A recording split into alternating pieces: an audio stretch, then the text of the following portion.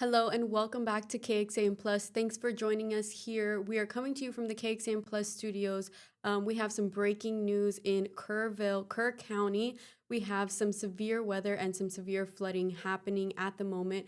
Here at KXAN, we have our teams out on the ground getting all the information that we can. We have a press conference that should be happening pretty soon. Our team is on their way there to get that video up for us so we can tune in with them as well. Right now, I do want to go over a live blog that our team has prepared for everyone on our website, kxan.com. We're going to go over some of the updates that we have so far.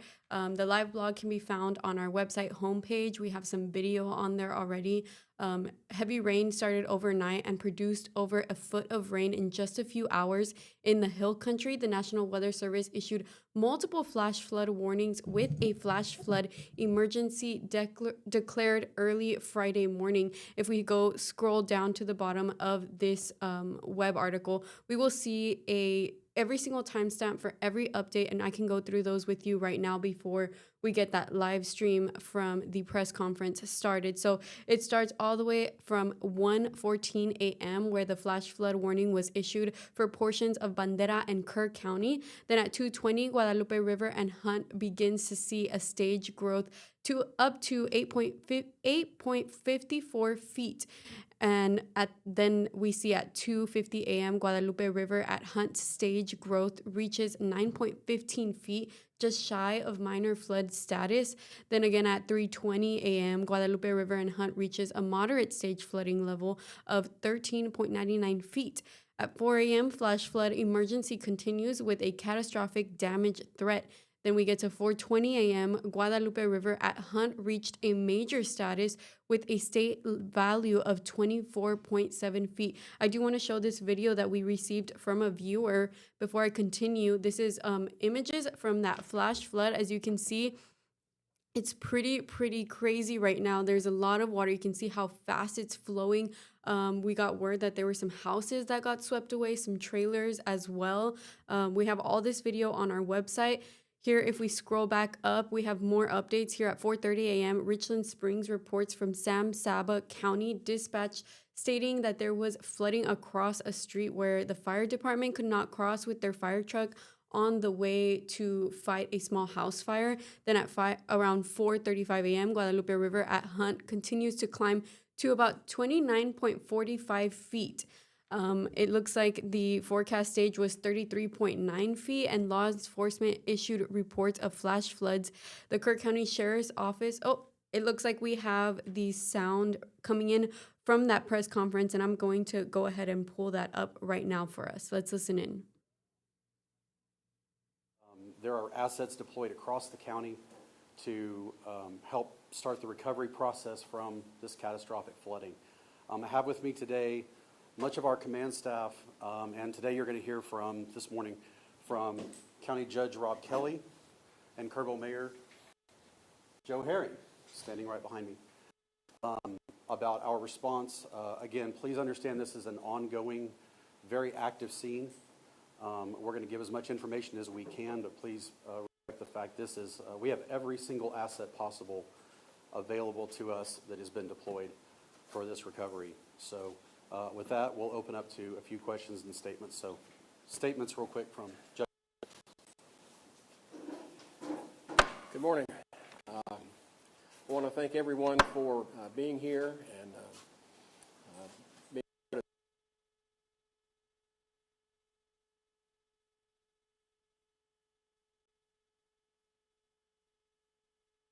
participation. I was awakened this morning with a phone call from who is the Executive Director of the Texas Department of Emergency Management. And we were on their radar screen. And as we were walking out of the Sheriff's Office, we had a call from Senator Cornyn. I've been in touch with both our state senator and our state representative. And we have assets available. There's a lot of discussion about casualties, how many fatalities, a lot of discussion about how many people are missing. And I've been advised not to use any numbers. We do have some numbers, but we're not going to use them at this time. We'll have at 3 o'clock. We have another. Hopefully, be able to flesh out some of those numbers. But suffice it to say, this has been a very devastating and deadly flood. I happen to live on Highway 39, which was the Guadalupe River this morning.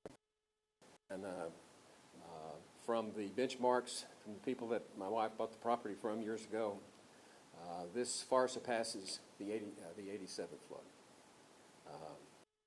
I'm happy to say that the water did not get in the house. It got my office and the fence and the gate. When you look out your front door and you see the Guadalupe River running, it'll wake you up, let me tell you. With that, we can confirm that we are jointly working with each other. We don't have specific counts on number of helicopters or different pieces of equipment at this point. Again, we'll probably try to have a little bit more information about that at 3 o'clock. But what we need is cooperation. And for the cooperation, if there are any people that are interested in trying to donate anything to help us with this response, please do that with the American Red Cross and identify this event, the Guadalupe River flood. Let them handle that. And with that, I want to introduce the mayor. We share responsibilities. Both I do the county, he does the city, but he is the senior emergency manager for the city. Mayor? Thank you, Judge. Thank you for being here. My role today is to say thank you.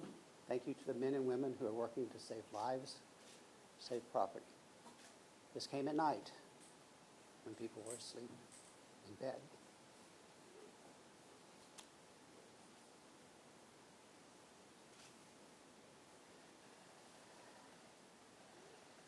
Please pray for our community. Thanks.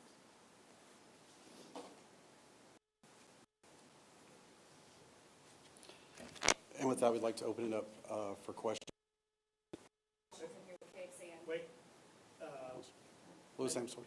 The report was that we had numerous kids from Camp Mystic missing, and I just saw that they may have been all accounted for. Can you guys confirm that the camps are accounted for at this point? Okay. Judge? I can respond to that. We can't say for sure that they're all accounted for. We know that there are some missing. We know where some of them are stranded, and we're. But in terms of exactly how many are missing and unaccounted for, we're not sure about that number. But we have a bunch of them that we're trying to get back. I'll build in on that. Pretty constant response to Austin. These kids, were they in trees? You know, where were these rescues and how were these rescues done? I don't know the answer to that question. And by who? Was it National Guard, DPS? I don't know. Jayla Washington here with Big Fan. I know you guys aren't giving specific numbers. Would you be any indication of the people who you guys have found who unfortunately did pass away? Are they older? Are they younger? Actually, most of them, we don't know who they are.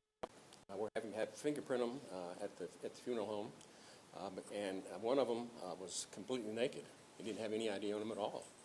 So we're trying to get the identity of these folks, but we don't have it yet. There are other camps that we are having viewers ask us about. The Heart of Hills Girls Camp and another Boy Scout camp. We have a lot of parents who are watching right now who are concerned about their kiddos at several of these camps. Have you heard any? We have a lot of camps. Right. And I live right across from Rio Vista Camp. There are questions about that too. I don't know any specifics about any of the individual camps. What I do know is that everybody is doing their very, very best and trying to get this identified as much as we can. Parents who have their kids at these camps, how can they find out if their kids are safe? Call the camp. Do we have any idea how many rescues you've already attempted this morning, swiftwater rescues? Any ideas on that? Dozens. Dozens. Can you talk to us about what kind of warning system might have been just to make sure that everybody got out safely? We do not have a warning system. Earlier, I was told that the boats couldn't even be deployed near the Junction Highway. The boats were on standby. They're waiting on aircraft. Is that still the case right now? These are all aircraft rescues. I don't know anything about that. Judge, why weren't these camps evacuated yesterday? Texas Department of Emergency Management put out an all call and said there's going to be a problem. We knew there was going to be a problem. Why weren't these camps evacuated? I can't answer that. I don't know. Well, you're the judge. I mean, you're the top official here in this county. Why can't you answer that? There are kids missing. These camps were in harm's way. We knew this flood was coming. We didn't know this flood was coming. Rest assured, no one knew this kind of flood was coming. We have floods all the time. This is the most dangerous river valley in the United States. I agree. And we deal with floods on a regular basis. When it rains, we get water. We had no reason to believe that this was going to be anything like what's happened here. None whatsoever. Do you have any streamlined process for reuniting families who are still? Yes. We have some reunification locations. In West Kerr County, it's at the Ingram Elementary School. And for here in Kerrville, it's at the Arcadia, I think. Is that right? And then they'll have to coordinate. You know, ultimately, the two have to coordinate to see who we have and who we don't. So. There were some families who were telling me at Walmart earlier that, obviously they were very thankful for the help. They were saying that there seemed to be some confusion regarding where we go to find your family members. Is there going to be one streamlined process to try to keep everything organized here? We have the two locations. That's as good as we can do right now. Is there anything that you'd like to say to these families? Anything that you'd like to let them know about what you guys are doing right now? All I can tell you is that everybody is doing everything within their power to get these kids out, take care of the adults as well, and get them reunified. But that's all we can say is we got a whole lot of people that are in the sheriff's office, a whole lot of people with KPD and KFD, and we've got the state. Can you speak to the specifics of what all the agencies that have been brought into the community to help with this event? Well, obviously there's the DPS, and I worked with the MKID on TDM. And do we have any others at this point? Texas Park and Wildlife. Yeah, TPW. Texas Parks and Wildlife. Texas Yeah, Task go ahead. Force. Thank you. So some of the resources that are out there right now, we work with Texas Department of Emergency Management through their processes and their teams. And by the way, I'm Dalton Rice, the city manager for City of Kerrville. Through Texas Department or through TDM, all the different assets can be deployed throughout the state. So through different STARS requests. So both the city and the county issued disaster declarations recently. We are in contact with the governor's office. There are even federal assets as far as Coast Guard. So we are working with as many possible agencies. We've had cities reach out to us across the board within the region to offer their support. Dawn, can you speak to? Just one more question, please. Dawn, can you speak to, like, city infrastructure, water and power and sewer right now, since the river, probably compromised the water treatment plant? Yes, sir. So KPUB, our Kerrville Public Utility Board, they reported recently about 2,700 outages. They are currently ongoing. Most of it was down power lines. I know my house is still without power. We have multiple sources of water, typically groundwater and surface water. With the floods like this, we did have a little bit of damage to the surface side, and we shut it down just because of the chemicals in the environment side. We are operating off of well water currently. We do encourage everybody to exercise extreme conservation. We are currently not in a boil water notice, but that could change. So as we continue to work through this, we will anything as far as water, mostly water and power. But please conserve. We are working with various shelters. I don't have the list on me right now, but I know that's circulating. We are working with some other donations and providers for bottle along with children. I did just get a report too that we do have some mental health task force as well that are in the area. Should we need any mental health task force as well? Anything to do with evacuations now, because the rain does continue. Anything that you want to tell people out there while you've got the answer that if people need to evacuate with the rain and the water continuing? Yeah, last question on the evacuation piece. We obviously this is a very ongoing situation. We're continuing to monitor the weather. Pay attention to your local media sources. We are continuing to get information out there. We are encouraging people to either shelter in place where they can. We are not seeing a lot of the small creeks be hit, which sometimes do happen. This is a more widespread North Fork, South Fork issue that all kind of converged and hit everything at once. So we encourage people to shelter in place. If you can, stay home, stay out of high water, don't drive into, unknown waters or floods. We know this is a significant event. Use caution, use discretion. Don't be getting close to the water's edge. This is a very quickly moving river, and things can happen very fast. So with that, we want everybody to be safe, and we will have another meeting at 3 o'clock. Is it the towns that are actually under evacuation orders right now? There is no official evacuation order as far as the cities or towns themselves. So no evacuation order has been issued across the cities or counties. This is mostly just small subdivisions or certain key assets within, or areas within the city and the county. So, thank you. So that's going to, Can I ask a question? one question. Thank you. There are a lot of questions about why people weren't notified and what we did locally. I think that's important to know. Code Red went out this morning, correct? We had KPD since early this morning All right.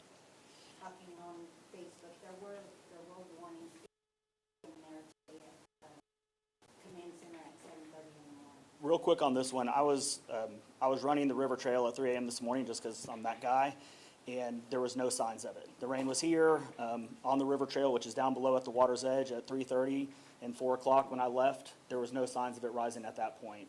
This happened very quickly over a very short amount of time that could not be predicted, even with the radar.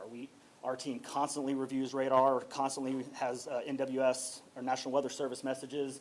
We send them out on a regular basis, and we communicate effectively. This is not like a tornado where you can have a siren. This is not like a hurricane where you're planning weeks in advance. Things like this happen in a very strategic, very isolated area, and when those two things converged, you had what happened today. So this happened within less than a 2-hour span, very, very quickly. So thank you. That's going to conclude what we're going to do right now. Please follow us on Facebook, Kerr County Sheriff's Office, as well as the City of Kerrville. We do release information there, and we will have media advisories coming for another update later in the day. Thank you.